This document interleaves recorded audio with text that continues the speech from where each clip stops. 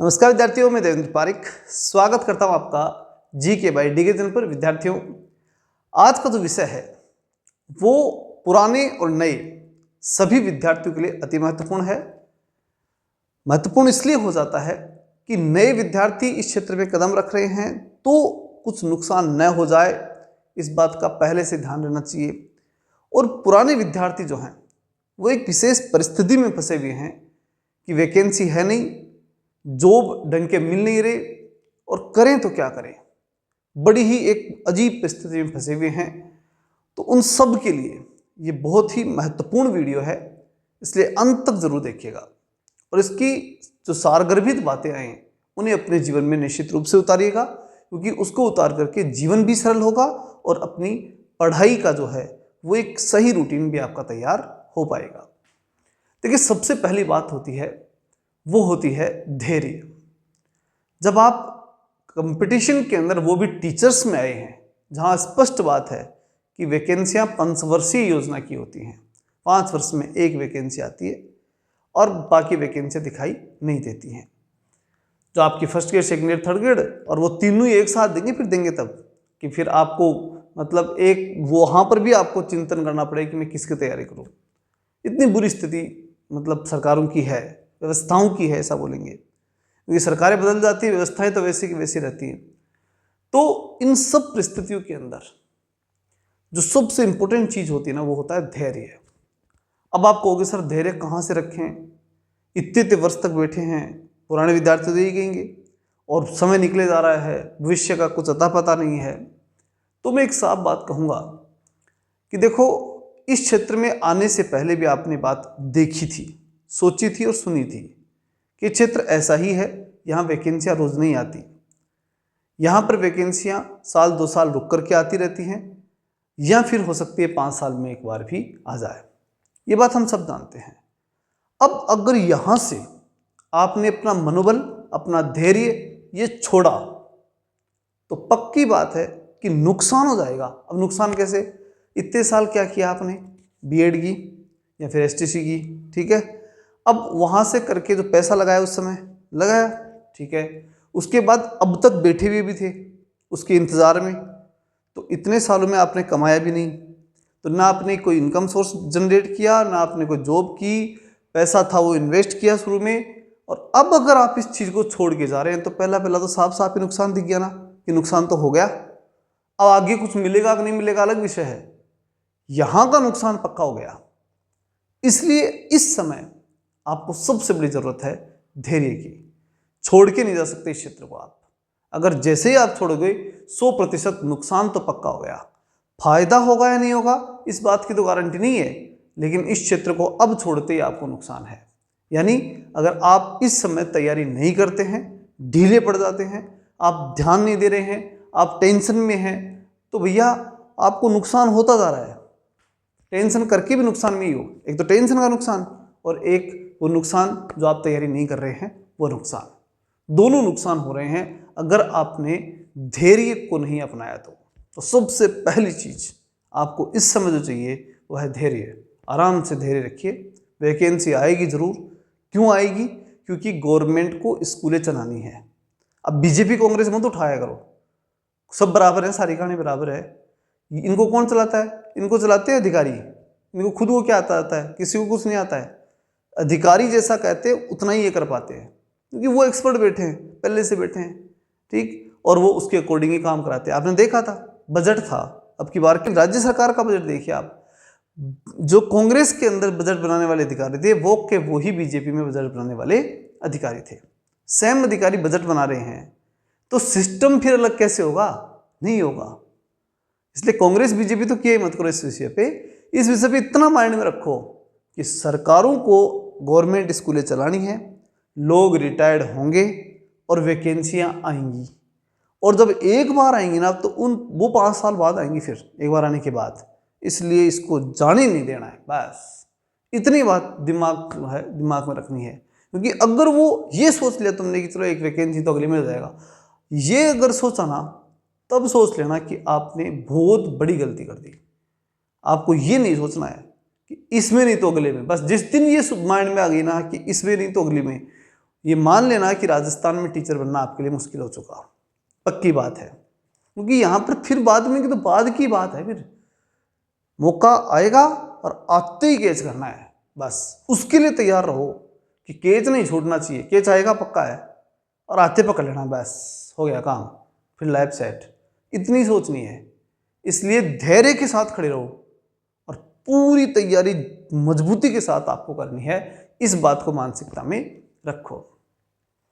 दूसरी जो महत्वपूर्ण चीज होती है वो होती है आत्मविश्वास, क्योंकि ऐसी स्थिति के अंदर आत्मविश्वास डगमगाता है।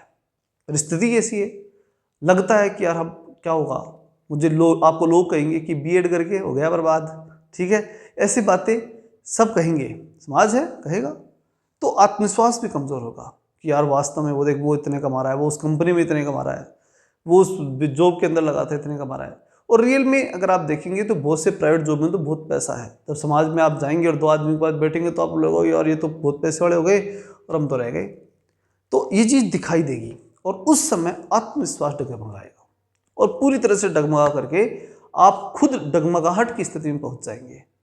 तो इसलिए वहाँ एक मजबूती दिखानी है, नहीं एकदम खड़े होना है कि नहीं कुछ भी हो जाए मुझे अभी अपने लक्ष्य पर ही ध्यान देना है।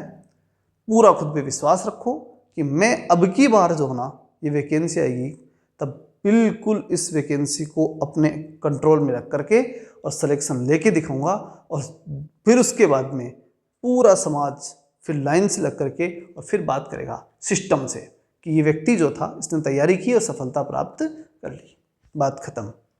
उसके बाद में आपके माइंड में कभी ये चीज़ नहीं आएगी कि उसने ज़्यादा कमाया कम कमाया, क्योंकि समाज में निश्चित रूप से फिर आपकी ही इज्जत होनी है, कमाए चाहे कोई भी कितना भी।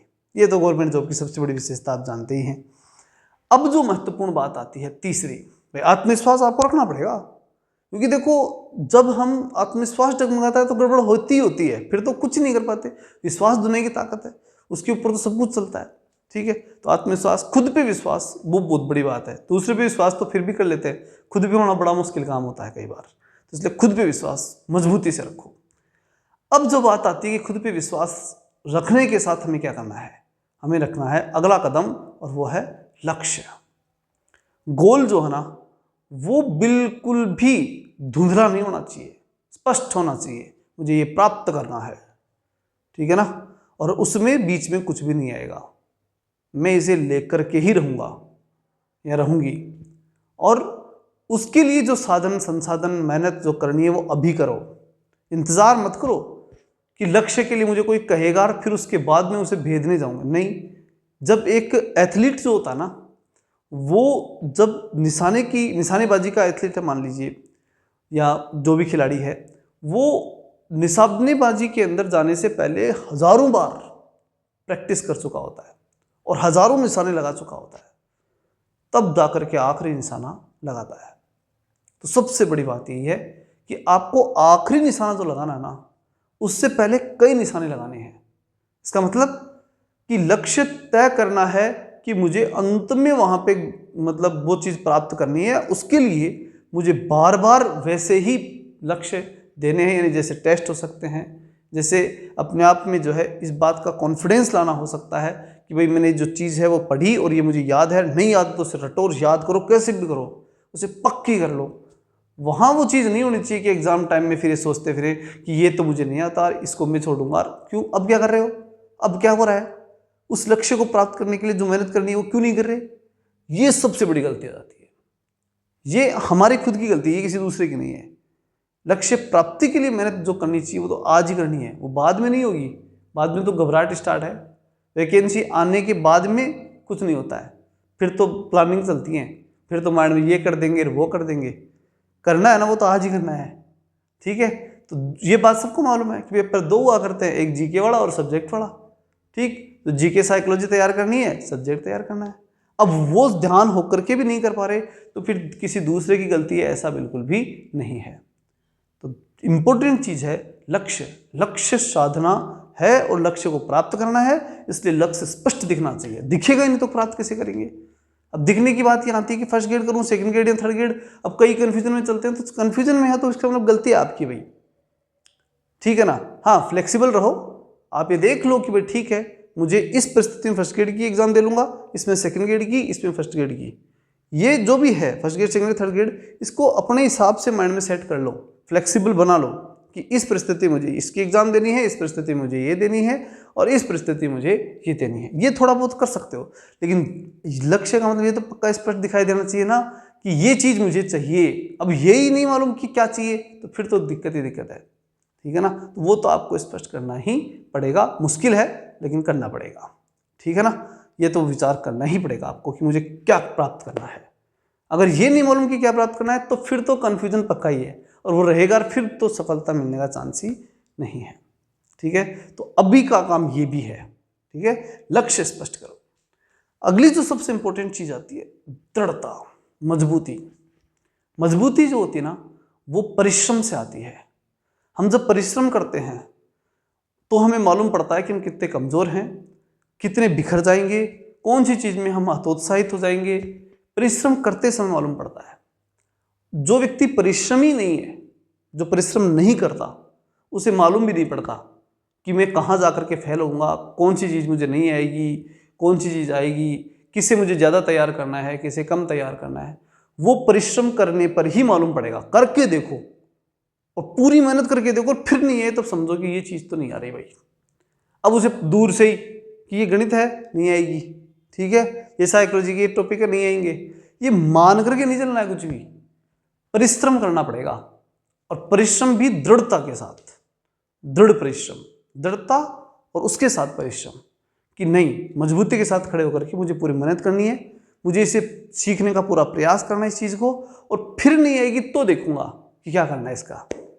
और उसके लिए ढूंढना, मैंने बार बार पिछले वीडियो में बताया है कि अपने आप को खोजो, ढूंढो कि मुझे क्या नहीं आता। आज का काम यही है, इस समय का काम यही है कि अपने आप को खोजो कि मुझे क्या तो आ रहा है और क्या नहीं आ रहा। अगर ये नहीं कर पा रहे आप तो समस्या है, बड़ी समस्या है। तो ये वर्तमान के काम है सारे, और ये इस समय के काम है जिस समय वैकेंसियां नहीं है, जिस समय आप एक विशेष परिस्थिति में हैं। तो उस समय ये सारी चीज़ें मैंने बताई है, उन्हें कॉपी में लिखिए और उनको लिख करके उनको सॉल्व करने का प्रयास कीजिए। अगर ये नहीं कर पाएंगे, अभी नहीं कर पाएंगे, तो फिर तो कर भी नहीं पाएंगे, क्योंकि फिर तो समय नहीं बचेगा। अब समय जो है वो इन चीज़ों का ही है। तो इसलिए ये जरूरी है और बेहद ज़रूरी है कि आज की तारीख में आपके पास ये सब चीज़ें होनी चाहिए, और इन सब चीज़ों को समझ करके, जान करके, और फिर ही उसके बाद में हम बड़े लक्ष्य को प्राप्त कर सकते हैं। चलिए मिलते हैं नेक्स्ट वीडियो में, तब तक के लिए जय हिंद, जय भारत।